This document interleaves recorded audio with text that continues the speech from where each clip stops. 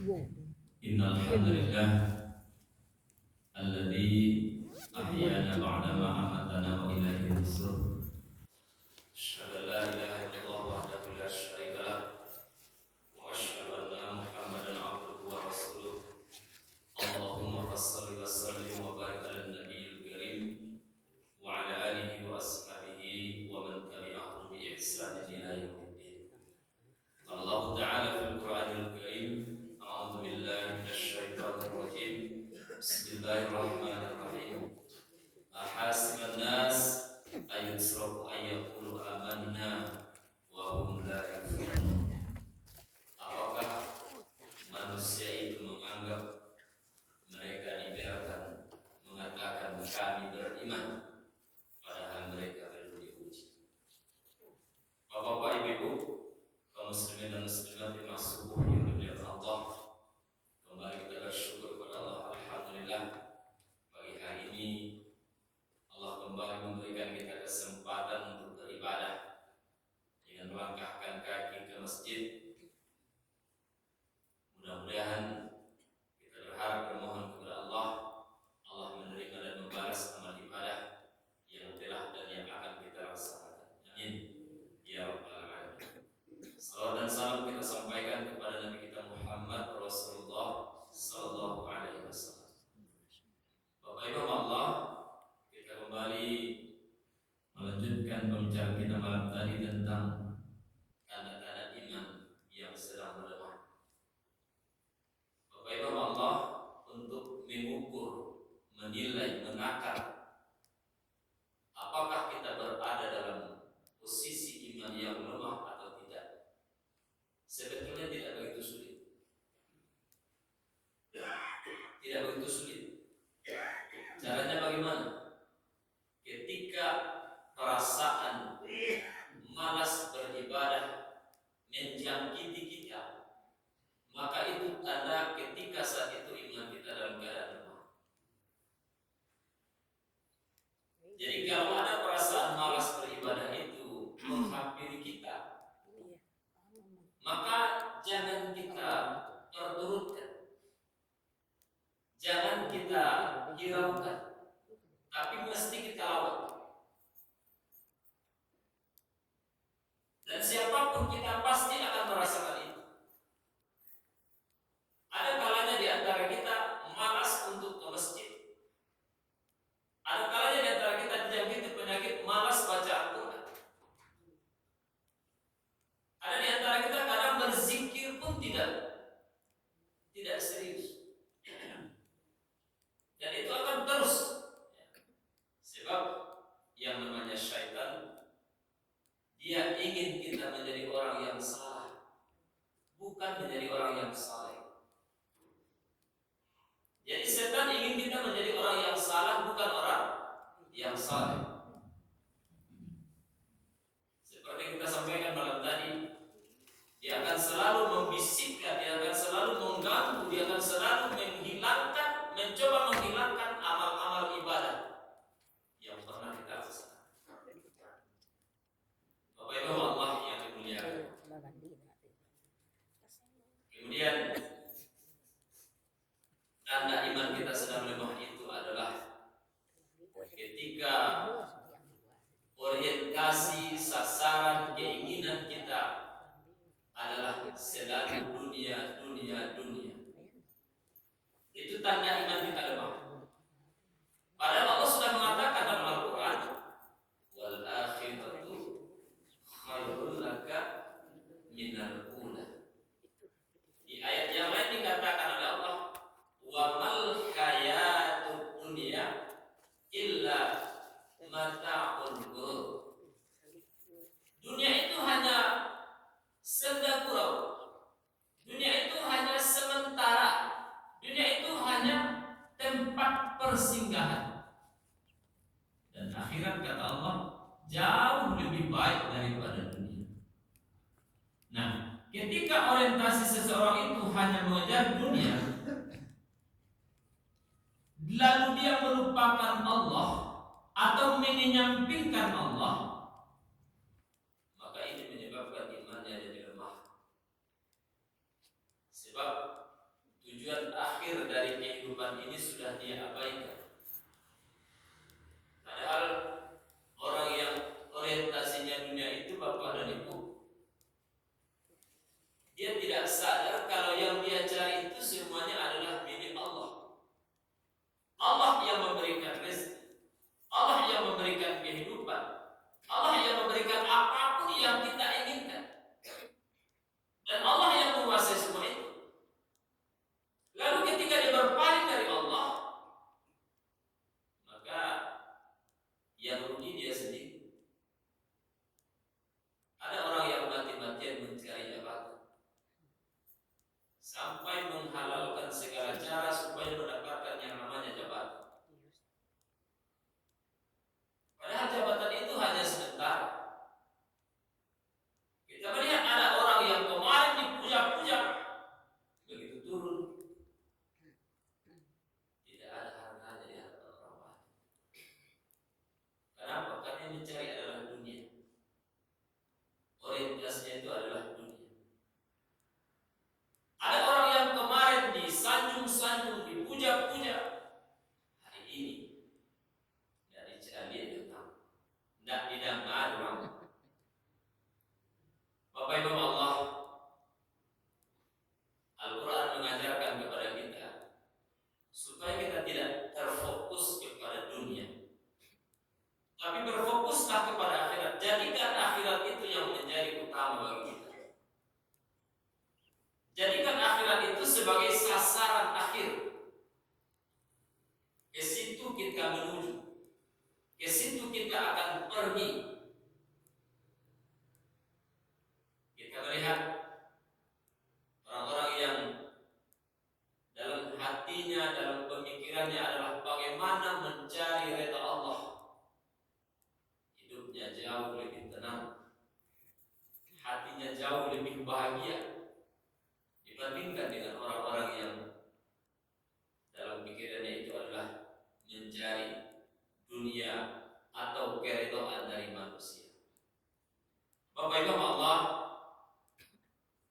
padahal yang namanya dunia seperti yang sering kita sampaikan itu tidak ada nilainya di sisi Allah. Kalaulah dunia itu berharga sebagaimana berharganya satu helai sayap nyamuk,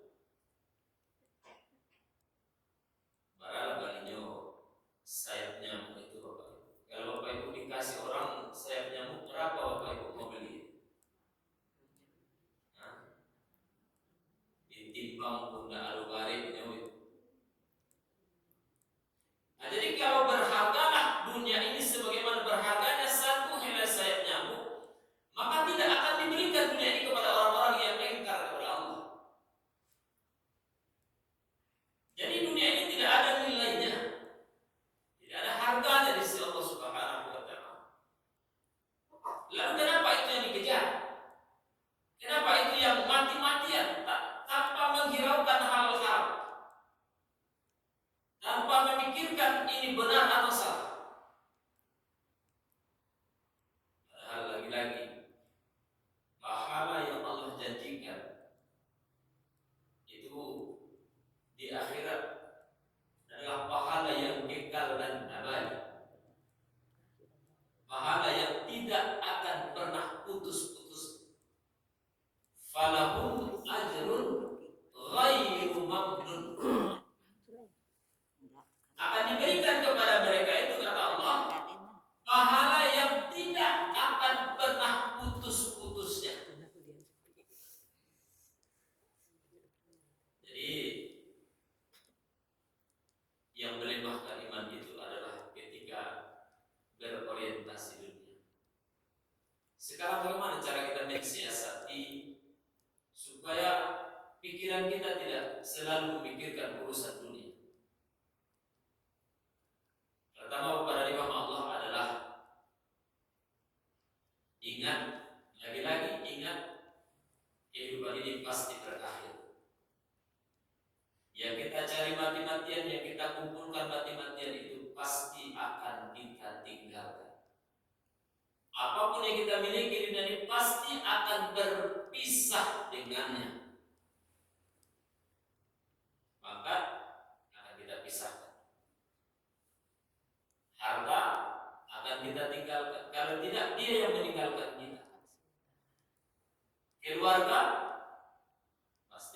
berpisah. Walaupun misalnya ada suami istri sehidup semati, sama-sama mati, sama kuburannya malah, tapi alam barzahnya tetap dipisah, tetap dipisah. Jadi alam barzah itu tidak ada orang lain bersama kita di situ, sendirian. Satu-satunya tempat yang sendirian itu cuma alam barzah. Alam rahim masih ada yang kembar. Alam arwah itu jelas. Dunia apalagi di akhirat itu jelas bersama-sama. Hanya alam barzah yang kita sendiri, tidak ada orang yang ikut bersama kita. Jadi berpisah. Nah, jadi sesuatu yang akan kita tinggalkan atau meninggalkan kita, kenapa kita mati-matian membelanya, mati-matian memperjuangkan, sampai melupakan Allah Subhanahu wa Ta'ala, sampai melupakan kampung akhirat. Nah, ini cara kita mensiasatinya supaya kita tidak terlarut dalam mencintai dunia. Dalam sebuah pepatah Arab ada mengatakan, ahbib habibaka haunan ma, asa ayyakuna baghidaka yawman ma, wa abghid baghidaka yawman ma, asa ayyakuna habibaka yawman ma. Cintailah sesuatu itu sekedarnya saja, jangan terlalu. Kalau mencintai dunia jangan terlalu. Asa ayyakuna baghidaka yawman, karena boleh jadi yang kamu cinta hari ini, yang kamu kejar hari ini, satu hari jadi penyesalan bagimu. Satu hari nanti akan sesuatu yang kamu takuti.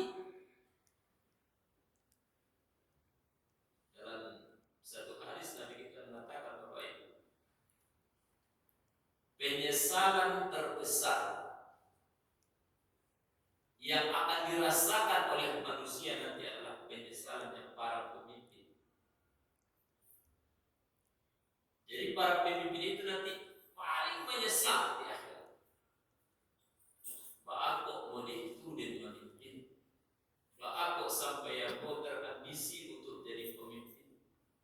Itu nanti satu hal yang sangat mereka sesalkan di akhirat. Kenapa? Karena tanggung jawab pemimpin itu luar biasa berat.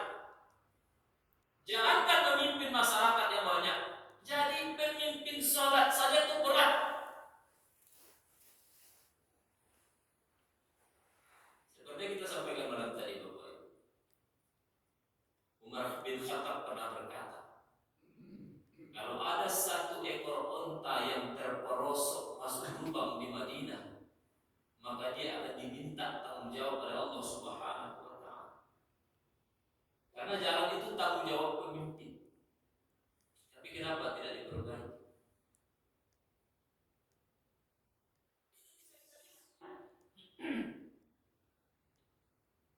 Bagaimana kepemimpinan yang kita lihat, yang kita rasakan? Wala usah masalah pemimpin, masalah jalan, masalah transportasi, masalah sarana prasarana, masalah-masalah yang begitu penting saja, bahkan yang berkait dengan ibadah, tidak lapih dari cikarangnya. Bapak Ibu mungkin tidak pernah membayangkan biaya pelaksanaan ibadah haji kita semahal itu. Bandingkan dengan negara tetangga. Negara tetangga kita jauh di bawah biaya haji yang kita kumpulkan. Karena Bapak dan Ibu sebagian besar rakyat kita mengumpulkan untuk pergi haji itu dengan cara menyicil, mengangsur, menabung puluhan, belasan tahun lamanya, tapi terhalang karena biaya membengkak menjadi sekian besar.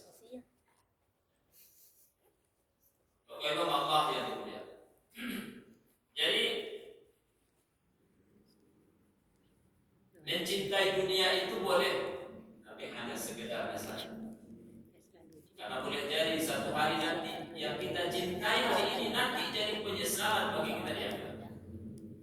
Orang yang terlalu mencintai harta, yang mati-matian mencari harta, mengumpulkan harta, padahal yang dia kumpulkan itu tidak akan menolong dia sedikit pun, kecuali kalau dia menginfakkannya, membelanjakannya di jalan Allah. Tapi kalau dia hanya sekedar mengumpulkan, dia cari, dia kumpulkan, maka itu hanya akan menambah bebannya nanti di akhirat. Sebab apa Bapak dan Ibu? Selama harta itu masih milik kita, kita akan tanggung jawabkan kepada Allah. Dari mana kita mendapatkannya? Bagaimana cara kita memperolehnya? Dan untuk apa kita mempergunakan? Ada orang punya baju dek saking banyaknya tidak takkan ada yang beralai bajunya. Ada kita mungkin punya baju yang sudah 1 tahun tidak pernah dipakai, sudah 3 tahun tersimpan di lemari. Nah, itu nanti akan ditanya, kenapa dibeli tapi tidak dipakai? Kenapa disimpan tapi tidak dipakai? Ada malah Bapak dan Ibu yang baju baru, pakaian baru tidak dipakai-pakai. Ibu artinya untuk hari balik kalau tidak dipakai. Mana raja cabai rusak kumuh tidak dipakai, daripada cabai rusak dia tersimpan dimakan rayap dalam lemari. Nah, Bapak Ibu Allah, ini cara kita untuk mengurangi rasa kecintaan kepada dunia.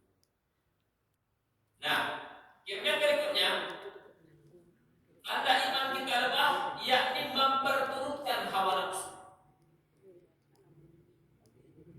Memperturutkan hawa nafsu itu tanda iman lemah.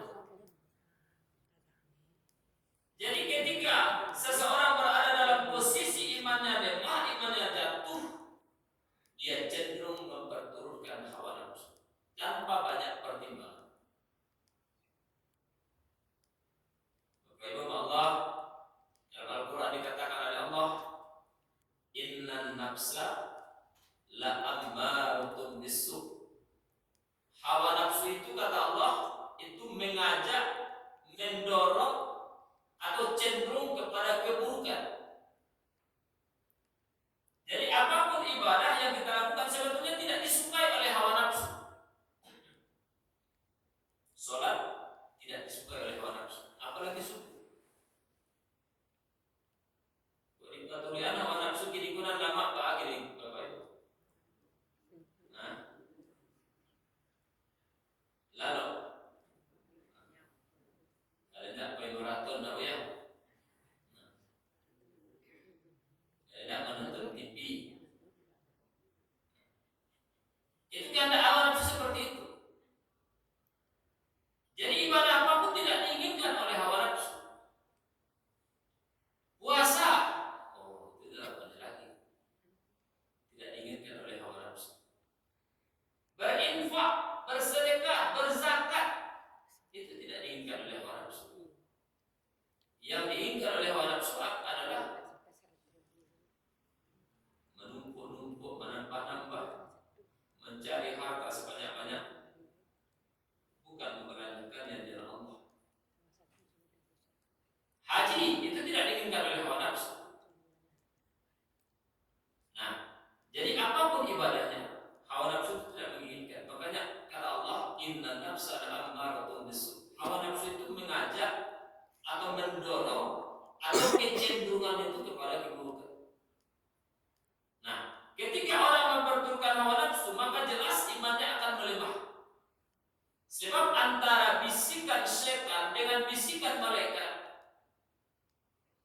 kalau mana yang kita perturutkan, itu akan mempengaruhi kepada keimanan kita. Ketika bisikan setan yang dipatuhian, mampu melemahkan iman. Kalau sebaliknya, bisikan malaikat yang kita perturutkan, maka itu akan memperkuat keimanan kita kepada Allah Subhanahu wa Ta'ala. Nah, lalu bagaimana cara mengendalikan hawa nafsu? Caranya adalah tentu dengan melawannya.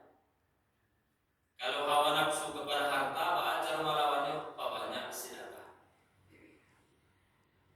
Kalau hawa nafsu kepada jabatan, kepada pangkat, maka cara melawannya adalah ingat, tanggung jawab pemimpin itu amat sangat berat di hadapan Allah Subhanahu wa Ta'ala. Lain kalau dewa mempertanggungjawabkan.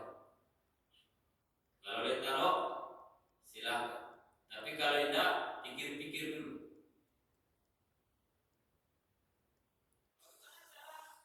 Mengendalikan hawa nafsu kepada perempuan misalnya, kepada laki-laki misalnya, caranya adalah dengan melaksanakan ibadah puasa atau dengan menikah.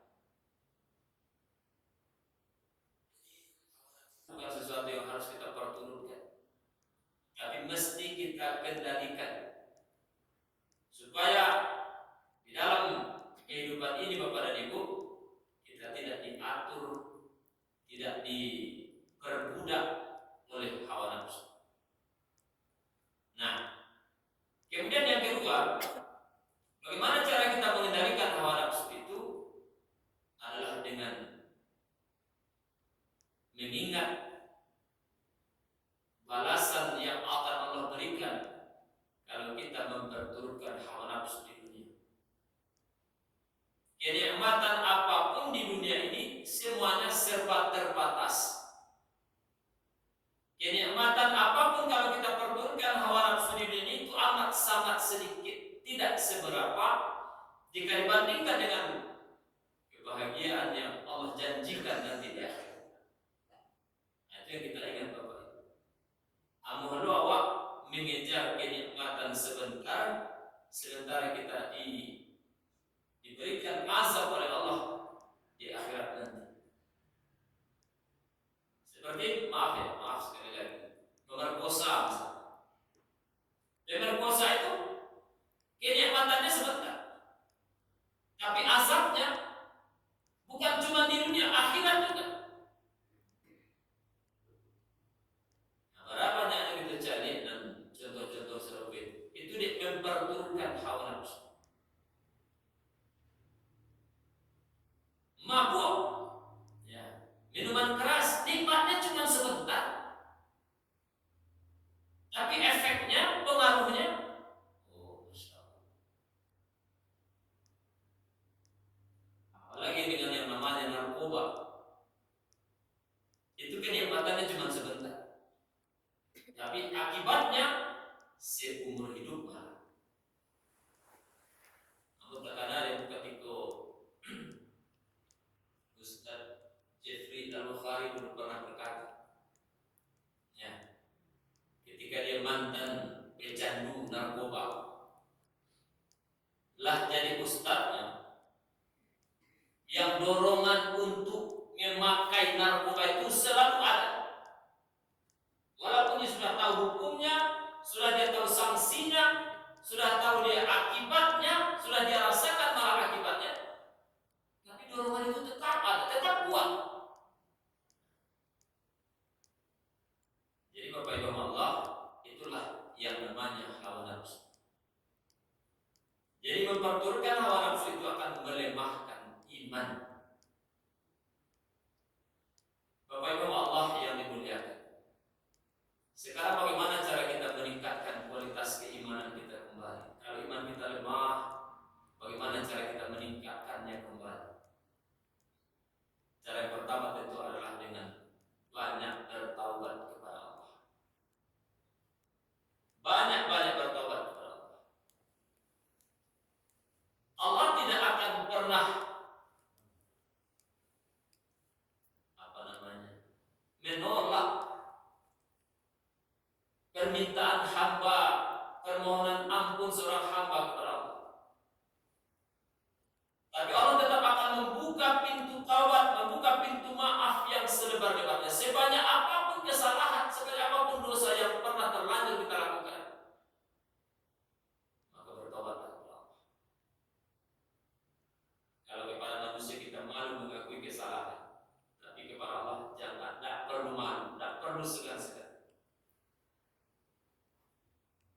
Ketika dulu kita pernah misalnya terlanjur berbuat kesalahan, melupakan Allah, melakukan yang dilarang oleh Allah, mengambil hak-hak orang lain, maka jalan satu-satunya adalah bertaubat kepada Allah.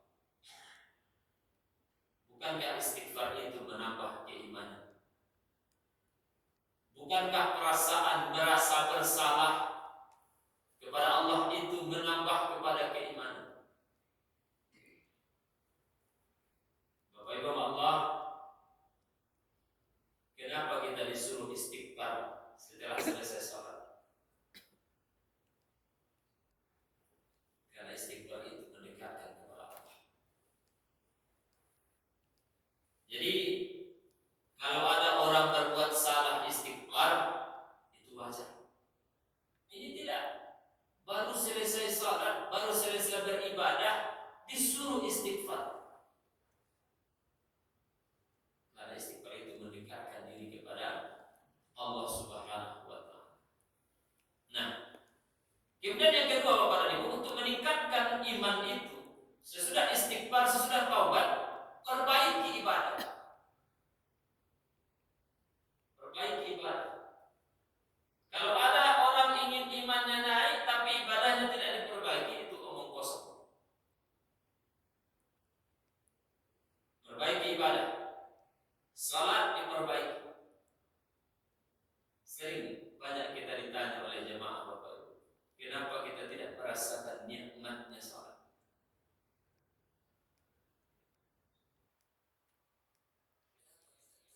Indahnya salat. Bapak Ibu Allah, tidak merasakan nikmatnya salat itu karena kita masih menganggap salat itu sebagai beban, sebagai kewajiban, sebagai perintah. Kita masih menganggap salat itu bukan sebagai kebutuhan kita, bukan sebagai keperluan bagi kita, bukan sesuatu yang utama bagi kita. Masih ada di antara kita yang menomorduakan salat. Nah, salat kan yang nomor 2 Ustaz. Nomor 1-nya syahadat. Ya, kan tidak punya. Maksudnya masih ada di antara kita yang lebih memilih yang lain duluan daripada salat. Padahal kalau kita sadari, kalau kita ingat-ingat Bapak Ibu, hidup kita ini kan menunggu salat aja.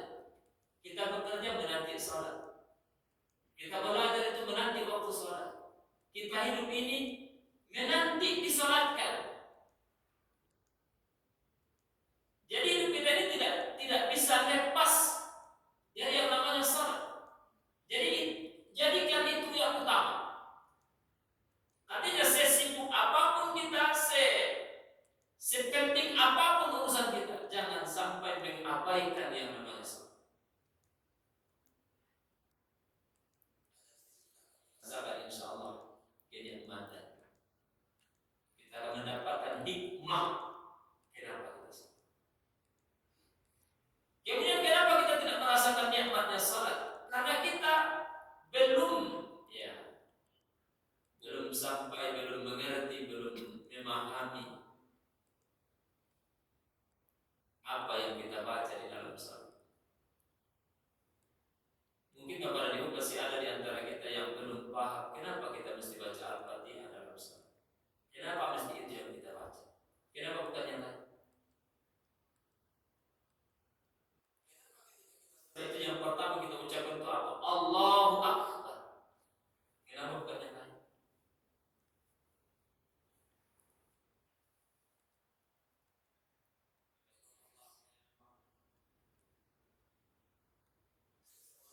Melaksanakan ibadah salat, dia mengucapkan Allahu Akbar. Hendaknya dia menyampingkan seluruh apapun, persoalannya, pekerjaannya, hartanya, jabatannya, semuanya itu disampingkan. Yang akbar hanya Allah. Selebih itu kecil, selebih itu cemen,